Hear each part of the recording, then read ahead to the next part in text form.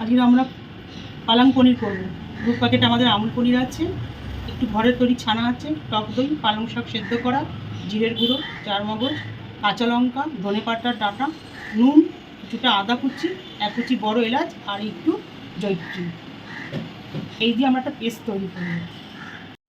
আমরা পনিরটা কেটে একটু হলুদ নুন মাখিয়ে এয়ার ফ্রাইতে ফ্রাই করে নেব।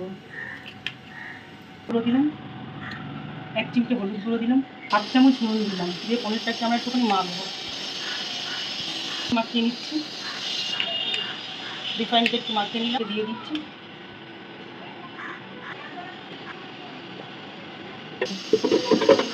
পনেরো মিনিটের জন্য 160 ডিগ্রি সেলসিয়াসে দিয়ে রাখবো। এই মুখটা ফুলিয়েটা আমরা করেছিলাম পালং শাক ডাল দিয়ে, সেই পেস্টটা আমরা দিয়ে দিচ্ছি। আমরা 1/2 চামচের মতন কাশ্মীরি রেড চিলি পাউডার দিচ্ছি, আর 1/2 চামচ শাহি গরম মশলা দিয়ে দিলাম। এটা আমার ঘরের বানানো। এই মশলাটা আমাদের ইউটিউব চ্যানেলে দেওয়া আছে, আপনারা একবার পারলে দেখে নেবেন। হলুদ তো দেবো না, তাও একটু 1 চিমটে হলুদ দিচ্ছি। মিক্সিটা ধুয়ে জলটা দিয়ে দিলাম। আমরা ভালো করে কষাবো। আমি এয়ার ফ্রায়ার থেকে বার করলাম পনিরগুলো। দেখুন আমার প্রত্যেকটা পনির ভালো করে ফ্রাই হয়ে গেছে, দেখেছেন?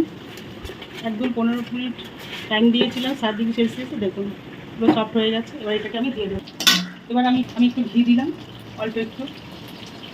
আপনারা চাইলে মাখনও দিতে পারেন, নাও দিতে পারেন। একটু চিনি দিয়ে দিলাম আর নুন দিলাম, কেন আমরা করে আমরা 5 মিনিট রেখে দেবো।